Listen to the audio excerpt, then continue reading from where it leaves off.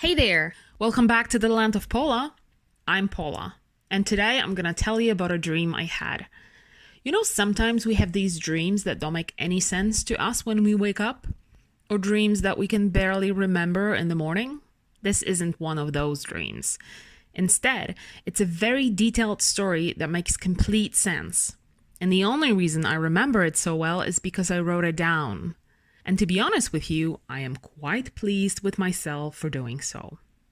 A few things you should know before we go in. First, yes, I am completely obsessed with Aaron Sorkin. I love his writing. To me, it's art. He creates masterpieces like a painter or a composer, just using different tools. I often get emotional when I watch The West Wing or The Newsroom. Not only because the story is so compelling, but mostly because how well it is written. Quality mixed with idealism gets me every time. Secondly, some parts of that dream are somewhat rooted in my real life. Shortly before I had that dream, I was elected member of the International Academy of Television Arts and Sciences, and I knew that would become my pass into the most exclusive events with the best and most accomplished TV storytellers in the world. And I was heading to Hollywood for the Primetime Emmy Awards. So here we go. Here's my Aaron Sorkin dream. But first... Shazam! And bam, here I am. Yes, ma'am, I am Pola. And like je suis, ooh, that's me, Polish queen. I am Pola. Step into a dream where laughter is extreme. Welcome to my fantasy. With me in your pants, you'll be so come and take my hand. And welcome to the land of Pola.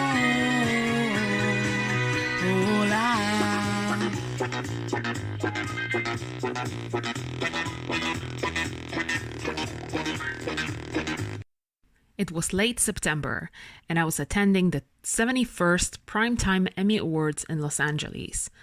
I saw many of my idols on the red carpet, and I was super excited to be there. I couldn't focus and my eyes were all over the place, so I didn't even notice when I bumped into this heavenly creature. I didn't have to see the face to know who it was. The beautiful, talented, funny, classy, and divine Alison Janney.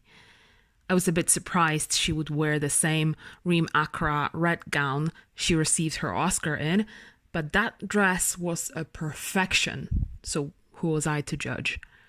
The shock and awe of this encounter made me speechless. I apologized for my clumsiness, and she accepted. I told her how much I loved her and how much I have always looked up to her, and she thanked me, saying it was lovely to hear. You like that? I thought to myself, you are going to love this. For some reason, I felt invited to a conversation, more of a monologue really, to gush about how every role Alison Janney starred in was so important to me. I didn't bother to look around. If I did, you can imagine how many angry faces of journalists I would have seen. Without wasting any more time, I started telling her what I thought of her character, Claudia Jean Craig. She has always been a woman I wanted to be when I would grow up. So professional, so loyal, classy. Like a 50s movie star, so capable, so loving and energetic, with such a strong moral compass. I admired everything about CJ. I think Alison wanted to say something. Quick, thank you, but I gotta go kind of thing. But at some point she realized that this meeting was too important. Young women should be given opportunity to meet their female role models, because that is how the greatness is paid forward. It creates the cycle and turns the fan into an inspiration for someone else. That was the reason she stood there patiently, nodding her head in agreement and occasionally bursting with that famous Alison Janney laugh. I told her that ever since I came across The West Wing, all I ever wanted was to be like an Aaron Sorkin character. I wished to speak like he would have written my sentences. I wanted to be this smart, this idealistic, this determined. I wanted to have Aaron Sorkin female character work ethics, passion and courage, and most importantly, honor. I wanted to impress and inspire. And then Alison and Janney did something I couldn't see coming, even if I tried real hard. She smiled at me and said, "You know what? You shouldn't be saying this to me. Say it to Aaron. He's right here." I froze. Saying good things behind Aaron Sorkin's back was so natural, so normal. But if I told him what I really felt about him, surely he would think I'm crazy, certifiable, cuckoo. Alison pulled Aaron Sorkin's sleeve to bring him closer to our little circle and said, looking at his confused but smiling face, "This is Pola. You should definitely meet her. Your ego will really enjoy it. It was nice meeting you. I have no doubt we'll be seeing each other soon." "What's this about?" said Sorkin, completely unaware of how long this conversation will last. I gave him a quick-ish recap of what has happened in the last minute and followed to release the kraken of my love and admiration at him. I compared him to God, at least a couple of times. I got emotional saying how pure his writing was and how life-changing it is, not only to me, but to everybody with soul and conscience. I told him he was my only hope. Because if his mind could have created something so good, surely people all over the world could live up to these standards, and we all could live much better lives, do much greater jobs, and be much better humans. This was the most dehydrating thing I have ever done. Speaking so passionately in front of my biggest hero in the scorching Californian heat, standing on a red carpet, minutes before the ceremony I have always wanted to attend. I'm not sure, but I think my lips started blistering, so Aaron Sorkin suggested we go inside. He asked if I was there on my own, and I confirmed. He said he was flying solo and would appreciate if I wanted to accompany him to the gala. The seat next to him was available, and obviously it was much better than mine. My ticket gave me access to the balcony seats of the Microsoft Theater, while Aaron Sorkin's seats were, how do I put this, much closer to the stage, row 6 or 7. I don't remember who hosted 71st Primetime Emmy Awards ceremony, but I remember it was funny. Aaron Sorkin chuckled a couple of times, which, not so surprisingly, turned me on. When the gala was over and the winners won their shiny trophies, I turned to Aaron and told him how grateful I was for his generosity. This evening was everything to me, and I would cherish that memory of it for the rest of my life. I reached out to shake his hand, and he said, "Well, you know, there are those after parties here. I'm not the biggest fan, but I wanted to check him out. Would you like to come?" Now, I'm not quite sure if in my dream I also had epilepsy, which I have in my real life, but if I did, this level of excitement could have brought out the seizures for sure. Yes. Yeah, cool. I would like to come. What kind of question was that? Can anyone imagine me in this situation saying, "Oh, that's so nice, thanks, but it's been a long day and I'm gonna go back to the hotel and get some rest"? I mean, come on. This was Aaron Sorkin. I don't remember much from the party. It was glitzy and fancy, and I enjoyed the champagne and the food. Someone took photos of me, which I found ridiculous, but not enough to stop them. I tried to hide the fact that I was just an unknown girl from an Eastern European village, so foreign to that kind of wealth and prestige, so I just acted like I belonged there. It's good to know I'm self-aware even in my dreams. Aaron Sorkin introduced me to Josh Malina and Dulé Hill, which again got me talking about the West Wing, but I did try to control myself. I'm sure if Martin Sheen or Stockard Channing were in the room, it would have been much harder for me to keep it together. Alison and Janney came up to me again to ask if I was enjoying myself, which I thought just confirmed how classy and amazing she was. I bumped into Sandra Oh in the ladies' room, but thought it was an inappropriate place to ask or say anything. I don't even think I was physically able to make a sound. I also smelled Shonda Rhimes quietly, without anybody noticing. At some point, Aaron Sorkin said he would be heading back, but if I wanted, I was free to stay. He also offered to give me a lift to my hotel. I felt the need to go back to my room and process what has happened and to make sure it wasn't just a crazy dream. So I told him where I was staying and we left. The car stopped in front of my hotel's entrance. He got out of the car and helped me. You know, fancy dresses do not mix well with champagne. Fabric confusion happens, and you just need support in getting out of the limo. Limo, that's rich. I was in a limo. Aaron Sorkin said he found this encounter to be refreshing and lovely, and he didn't even know how much he needed that kind of energy. It's been a while since he experienced that kind of childlike joy. He gave me his card and said I should let him know the next time I'm in the US. He would have loved to see me again. Then he kissed me on the cheek and left. I stood there for a minute or two trying to figure out what actually happened. I went to my room and passed out on the bed. The following day, I was heading back home. 2 months have passed, and I was packing for my New York City trip. It was another awards ceremony, this time the International Emmy Awards. I found Aaron Sorkin's business card and texted him about my plans. To my surprise, he texted back, saying he stays in New York due to his Broadway play run and he would love to meet up. I was staying at the Hilton Hotel in Midtown Manhattan, which was very convenient for everything I had planned. Also, the gala took place in that hotel, which was the best possible option. Aaron Sorkin met me for lunch one day. There was something different about this meeting. I felt like for the first time I was in the presence of a man and not just his name. He was happy to see me and told me that he couldn't stop thinking about me, which I thought was, nice lie. He said despite his previous statements, he was considering writing for TV again and maybe, just maybe, found his way back into the political drama genre. And that was because of me, because of our conversation on the red carpet in LA. I didn't know what to say or how to react, but I was properly excited and told him how much this could mean to a lot of people.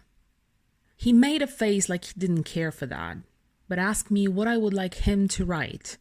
I told him that since nothing can ever beat The West Wing, I wouldn't like to see it being rebooted. But I thought he could still revisit Studio 60 and create more political segments in it. He listened, made some notes, and that was it. He asked if he could see me again, and I invited him to accompany me to the awards ceremony. We spent the entire evening together. I didn't even know he could be this fun. Always thought of him to be serious with a hint of narcissism. Such a brilliant man would probably prefer to distance himself from others. But that night, he was being goofy, which was quite endearing. When he walked me to my room after the celebrations were finished, I let him come inside and he stayed overnight. We spent the night together, laughing uncontrollably. We quoted all different TV characters, not only from his shows. I kept thinking that Aaron Sorkin knows how I look naked, which was so surreal to me that I had to stop kissing him a couple of times to get out of my head. The next day, he took me to the airport and said he would like to see me again. I told him that us living on different continents might be a bit of a problem. He shrugged. He called me right after I went through security, and we spoke until a flight attendant asked me to turn off my mobile phone for the 3rd time. For the next couple of months, we stayed in touch, FaceTiming regularly. It is safe to say we missed each other very much. One day, he called me with an interesting proposal. He said we should be giving it a real shot, but he understands me moving to the US is out of the question. He did, however, find a solution. He was moving to the UK as he would be bringing his direction of To Kill a Mockingbird to the West End in London. He will be spending there 6 months. Would I want to join him? I would, and so I did. This was an amazing and satisfying time. Culturally and emotionally. I have lived in London twice before, but none of those times could compare to this. For the first time in my life, I had a sense of belonging. At some point, we took a trip to LA, as he had some business to attend. He offered to show me around the Warner lot and some of the West Wing sets. We went into the oddly shaped room, and it took me a while to realize that that was the Oval Office. He asked if I want him to take pictures of me behind the desk, and since I do have Instagram, the answer was quite obvious. I sat on a leather chair, pretended to have important calls, and even discussed governmental shutdown. Suddenly, we heard a knock on the door. For some reason, I thought I got in trouble and a real president will walk into the room. I forgot it was a movie set. The doors opened, and it was Martin Sheen himself telling me I shouldn't been playing in the Oval Office. I think at that very moment, I might have had a stroke or something, as I could only make weird sounds. None of them resembled a human language. Stockard Channing walked into the room and addressed Martin Sheen as Jed and fixed his tie. I stood there with my mouth open, drooling. The doors kept opening and more familiar faces showed up. Bradley Whitford, Josh Malina, Richard Schiff, Rob Lowe, and of course, Alison Janney. I started oh my godding and hyperventilating. I was a mess. I looked at Aaron Sorkin for clues, but he just smiled at me and said I should maybe sit down. I was back at the presidential desk. Aaron Sorkin looked at his friends and thanked them for coming. Apparently it was important to him. I only registered every other word because I was having a conversation with myself in my head regarding Rob Lowe. Damn, he was good looking. Like, even better looking than on television. What is he? Like 50? 55? I must Google it later. But wait, why is he here? I thought he and Aaron had falling out. Yeah, but he did return to the final season. True, but Aaron Sorkin was no longer there. Hollywood drama. It's hard to keep up. Pola, I wanted you to meet these wonderful people. As you know, we did share something extraordinary together. They have been a big part of my life, as I was of theirs. I felt their presence here could make this much more special. Listen, I appreciate that, but you and I in the Oval Office is special enough. I do remember your Oscar speech when you said you work with people for whom good enough is never good enough. And I think you're exactly that kind of person. But sometimes good enough is in fact enough. Aaron got real close to me, grabbed my hand, and kneeled. There was a sweet gasp around the room, which my brain registered before I understood what was actually happening. Pola, he said softly, and yet quite decisively. I know I wrote some great characters and their love stories, but I have never experienced it. The fact that we found each other is hard to believe. You make me want to write again. When I look at my work through your eyes, I see its power, and I want to keep delivering it. Bradley Whitford made a snarky comment about him needing a TV job and everything depending on my answer. What answer? I thought. There was no question. I had to shush myself because Aaron Sorkin was still talking.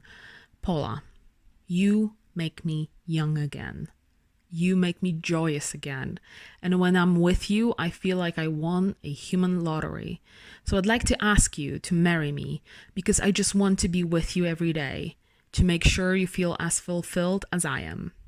Oh shit. Was that the question? I was still in my head. This entire situation was so surreal, I couldn't wrap my head around it. Is Aaron Sorkin proposing marriage to me? In the fake Oval Office on the Warner lot? Surrounded by award-winning actors I have admired my entire life? Suddenly, I regained consciousness, I looked around the room and said, First of all, I know you are a genius, but you are also very dumb. Who in his right mind proposes to a woman with Rob Lowe in the room? I mean, visually, it doesn't really make any sense. I look at Rob Lowe. He smiled at me, like he knew exactly what I meant.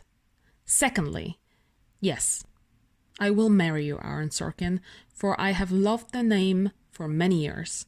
but only you have made me love the man behind that name. They say you should never meet your heroes because most of the time they will disappoint you. But not only you did not disappoint me, but you turn out to be even more wonderful than I imagined. Aaron Sorkin kissed me, and with my left semi-open eye, I saw Bradley high-fiving Joshua. I think they believe they might be getting a new TV series out of this. Everybody wanted to hug us. I finally composed myself to tell every person in the room what they meant to me. Stockard Channing got emotional when I quoted Grease to her and told her Rizzo has always been my favorite. Before I left for Poland, Aaron wanted me to go check out new apartments with him as we would be moving to LA. He made an appointment with his realtor and she showed us some magnificent places. One of his favorite was this huge house that long time ago was featured in Sex and the City. It really did look more like an airport than a house, and in fact, it did belong to Lorenzo Lamas at some point. I was overwhelmed, but Aaron Sorkin was ready to commit. We moved in 3 weeks later. I brought my 2 cats from Poland, and Aaron Sorkin was trying hard to get their approval. Maybe that should be a subject for the next Tom Cruise's project, because making my cats like a stranger is more than an impassable mission. Shortly after we settled in our new home, Aaron Sorkin announced he will be going away for the next 2 weeks as he is taking his daughter Roxy for a vacation. He promised once they get back, we will start planning the wedding. I wasn't thrilled, to say the least, that I would be staying all alone in this huge house and didn't understand why he didn't mention that father and daughter trip earlier, because I would have stayed in Poland longer. He said he didn't think that was going to be a big deal. But I shouldn't worry, as Alison Janney lives nearby and I could hang out with her while he was away. I don't believe that was my point. I met Roxy the next day. I was afraid of her not approving me and just not making an effort to get to know me, but she was very mature and kind. She said she would like to go out sometime when she returned from her vacation. The Sorkins left, and I was alone with 2 cats that were still upset with me about that plane thing. I sat on a great sofa and opened my laptop. I googled breaking and entering in LA suburbs and did not like the results, which got me so scared I woke up.